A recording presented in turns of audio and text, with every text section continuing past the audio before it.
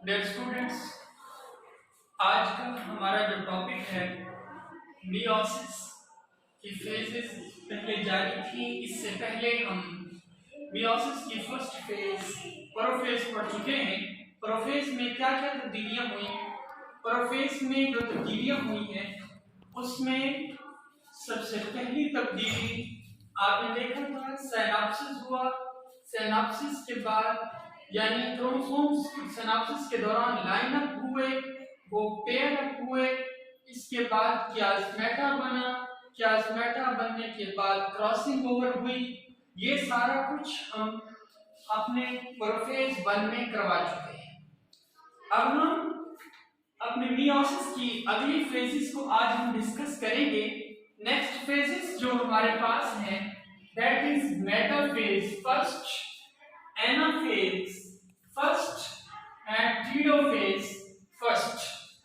इसमें सबसे पहले हम मेटाफेज फर्स्ट की बात करते हैं। मेटा का मतलब होता है after, because this phase is after the prophase 1, so it is called as metaphase 1. Metaphase 1 को मेटाफेज कहने की वजह यह है क्योंकि इस दौरान हमारे जो क्रोमोसोम्स हैं वो इक्वेटर पर तरतीब पाते हैं। इक्वेटर पर तरतीब पाते हैं। ये देखें, ये वाली जगह जहां पर ये क्रोमोसोम्स तरतीब पा रहे हैं इसको इक्वेटर बोलते हैं। ये हमारे पास इक्वेटर प्लेट का बनना या मेटाफेज प्लेट का बनना इस मेटाफेज 1 के दौरान वाक़ई होगा। दूसरी बात, centromeres of homologous chromosomes lie at equator. ये देख लीजिए, सेंट्रोमेर सेंट्रोमेर सेंट्रोमेर सेंट्रोमेर, ये अपने आप को तरतीब दे रहे हैं इक्वेटर के ऊपर। ये हमारा दूसरा पॉइंट हो गया। तीसरी तब्दीली हमारे पास मेटाफेज 1 में ये होती है, chromosomes attach to the spindle fibres of pole. ये देखिए, यहां से ये जो इससे अपने सेंट्रोमेर से फाइबर्स चिपक रहे हैं या इससे अटैच हो रहे हैं, इनको हमने कहा काइनेटोकोर फाइबर्स। इसके अलावा आपको कुछ फाइबर्स ऐसे नजर आ रहे हैं जो कि सेंट्रोसोम से निकलकर यहां तक कंप्लीट एक दूसरे को अटैच हो रहे हैं। ये वाले हमारे पास नॉन काइनेटोकोर फाइबर्स हैं। ये हमारे पास मेटाफेज 1 में तब्दीलियां हो गई। एक दफा दोबारा मैं रिवाइज करता हूं। सबसे पहली तब्दीली, arrangement of bivalent eight equator. ये देखिए, ये बाइवेलेंट इक्वेटर पर तरतीब पा गए और सेंट्रोमेर्स होमोलोगस क्रोमोसोम्स के वो भी इक्वेटर पर अटैच हो गए और क्रोमोसोम्स हमारे अटैच हुए किसके साथ? स्पिंडल फाइबर से। कौन से स्पिंडल फाइबर से? जो पोल्स से निकल रहे हैं, इधर से निकल रहे हैं और इधर से निकल रहे हैं। ये हमारे पास मेटाफेज 1 फेज कंप्लीट हो गई। नेक्स्ट हमारे पास है एनाफेज 1। एना मतलब होता है अगेन। हुआ ये है कि प्रोफेज में तब्दीलियां जो हो गई, मेटाफेज में जो तब्दीलियां होनी थी वो हो गई। अब क्या होना है? सेपरेशन ऑफ होमोलोगस क्रोमोसोम्स होगी। होमोलोगस क्रोमोसोम्स एक दूसरे से अब अलग होने जा रहे हैं। कैसे अलग होते हैं? काइनेटोकोर फाइबर्स पुल सिस्टर क्रोमोसोम्स।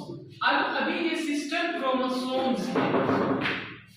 काइनेटोकोर फाइबर, ये वाले फाइबर जो कि हमारे सेंट्रोमेर से जुड़ रहे हैं और सेंट्रोमेर के अंदर काइनेटोकोर प्रोटीन है, इस वजह से इन फाइबर्स को काइनेटोकोर फाइबर्स कहा।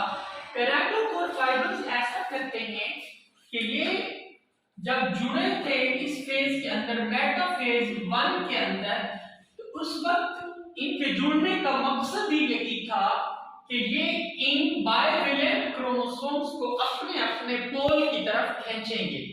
ठीक है, अब ये जुड़ने के बाद इनको जर्क्स देके, झटके देके अपने अपने पोल की तरफ खींचना शुरू कर दिया कि तू मेरे पोल की तरफ आ, तू मेरे पोल की तरफ आ। हर एक के साथ यहाँ देखिए कैलेटोपोल फाइबर जुड़ा हुआ है। समझ आ रही है बेटा? इसके बाद देखते हैं कि हर टेट्राड डिवाइडेड इनटू टू।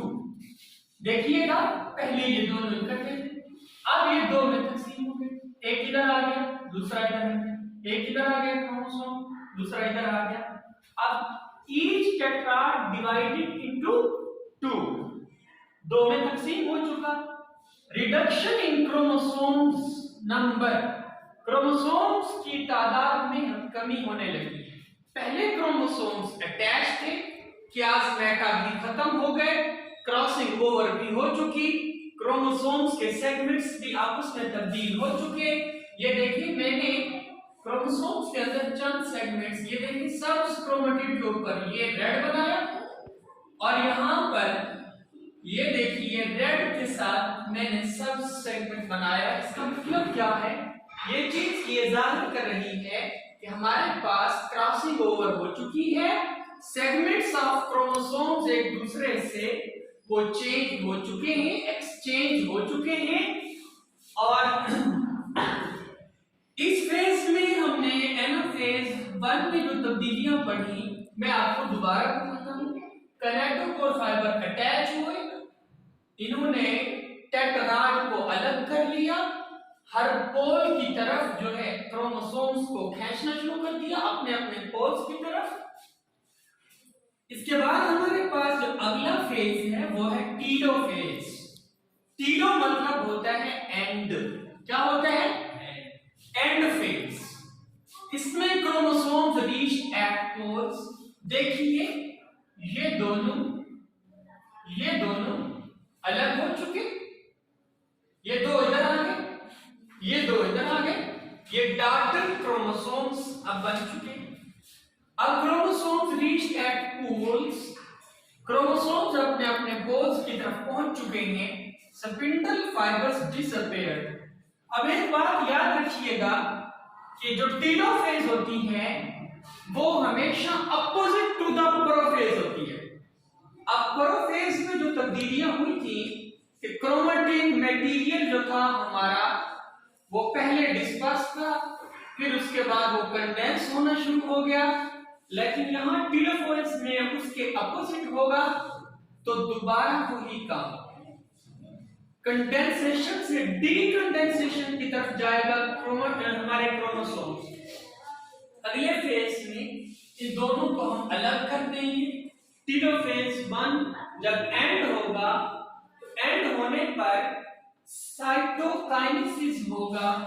ये जो आपको नजर आ रहा है ये क्लीवेज सा, ये इसलिए हो रहा है कि सेल जो है हमारा साइटोकाइनेसिस की तरफ जा रहा है, यानी सेल के जो न्यूक्लियस की तकसीम थी, कैरियोकाइनेसिस तो मुकम्मल हो चुकी, अब साइटोकाइनेसिस रहती है।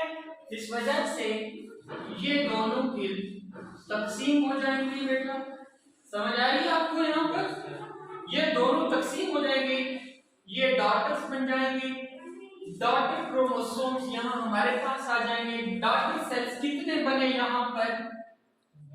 दो। अब बाकी कितने रहते हैं? दो रहते हैं, क्योंकि हमने मियोसिस में कहा था, शुरू में जब हमने तारीफ की थी, मियोसिस को जब डिफाइन किया था, तो हमने कहा था कितने डॉटर सेल्स बनते हैं? 4 हैप्लॉइड डॉटर सेल्स बनते हैं। 2 तो बन चुके, अब 2 अगले डॉटर सेल्स बनाने के लिए एक और तकसीम होगी जिसे हम मियोसिस सेकंड बोलेंगे। लेकिन एक बात याद रखिए कि मियोसिस सेकंड से पहले जो वक्त होता है, थोड़ा सा वक्फा होता है, उसको इंटरकाइनेसिस बोलते हैं या इंटरफेज भी बोलते हैं उसको, क्योंकि आगे हमारे पास ये मियोसिस सेकंड में होना होता है। इस वजह से हमारे पास जो दरमियान का वक्फा है उसको इंटरकाइनेसिस बोलते हैं। इंटर मतलब होता है बिटवीन, काइनेसिस मतलब डिवीजन या तकसीम को बोलते हैं। समझ आ गई आपको? अच्छा जी, मियोसिस सेकंड अब कैसे होती है? मियोसिस सेकंड बिल्कुल एग्जैक्टली हमारी माइटोसिस की तरह है, इसलिए उसको मजीद वजाहत करने की जरूरत नहीं है मियोसिस सेकंड की। अगर आपका माइटोसिस का कंसेप्ट क्लियर है, आप पिछले लेक्चर्स को देख सकते हैं। माइटोसिस को अगर आप कंप्लीट को देख सकते हैं तो आपको मियोसिस सेकंड को बहुत समझ आ जाएगा। लेकिन एक और बात भी याद रखना, एक और बहुत अहम पॉइंट है कि जब मियोसिस सेकंड शुरू होती है उस वक्त एस फेज नहीं होती, सिंथेसिस फेज नहीं होती, क्योंकि डुप्लीकेशन ऑफ क्रोमोसोम्स की अब जरूरत नहीं है। हम इन्हीं को तकसीम करने जा रहे हैं तो फिर इनको डुप्लीकेट करते हैं, तो फिर तकसीम कैसे होगी? इसलिए माइटोसिस के शुरू होने से पहले भी डुप्लीकेशन हुई थी और मियोसिस फर्स्ट के शुरू होने से पहले भी डुप्लीकेशन हुई थी, लेकिन मियोसिस सेकंड के स्टार्ट होने से पहले हमारे पास डुप्लीकेशन ऑफ क्रोमोसोम्स की जरूरत नहीं है, इसलिए एस फेज को यहां हम स्किप कर देंगे। समझ आ गई आपको? इसके बाद मियोसिस सेकंड का हवाला मैंने दिया आपको कि मियोसिस सेकंड बिल्कुल माइटोसिस की तरह है। माइटोसिस में क्या होता था मैं आपको शॉर्टली ब्रीफ कर देता हूं। सबसे पहले प्रोफेज थी। प्रोफेज में क्या हुआ था, हमारा क्रोमेटिन मटेरियल जो डिस्पर्स था वो कंडेंस हुआ, वो क्रोमोसोम्स की सूरत में आया, क्रोमोसोम्स बन गए, स्पिंडल फाइबर्स बन गए, माइटोटिक ऑपरेटस पूरा हो इसमें हुआ था। इसी तरह मियोसिस सेकंड की प्रोफेज सेकंड में होगा। फिर हमने कहा सेकंड मेटाफेज सेकंड में बिल्कुल वही होगा जो माइटोसिस की मेटाफेज में हुआ था। क्या होगा? मेटाफेज प्लेट बनेगी, क्रोमोसोम्स जो है इक्वेटर पर तरतीब पाएंगे। इसके बाद हमारे पास अगला फेज एनाफेज, एना में अगेन अब क्रोमोसोम्स वो अपने अपने पोल्स की तरफ खींचना शुरू हो जाएंगे, उनके क्रोमेटिड्स अपने अपने पोल्स की तरफ जाना शुरू हो जाएंगे। आखिरी फेज हमारे पास टीलोफेज। टीलोफेज माइटोसिस की जो टीलोफेज है वो बिल्कुल एग्जैक्ट प्रोफेज के अपोजिट है, यानी पहले क्रोमोसोम्स बन रहे थे, अब क्रोमोसोम्स क्या हो जाएंगे, वो बिखर जाएंगे। और यहां पर जैसे हुआ कि फॉर्मेशन ऑफ न्यूक्लियर एनवेलप और डॉटर जो न्यूक्लियस है उसकी न्यूक्लियर मेम्ब्रेन दोबारा बनना शुरू हो गई, ये सारा कुछ दोबारा तब्दीलियां होना शुरू हो जाएंगी। हमारा आज अल्हम्दुलिल्लाह मियोसिस फर्स्ट और मियोसिस सेकंड कंप्लीट हुआ। Thank you so much.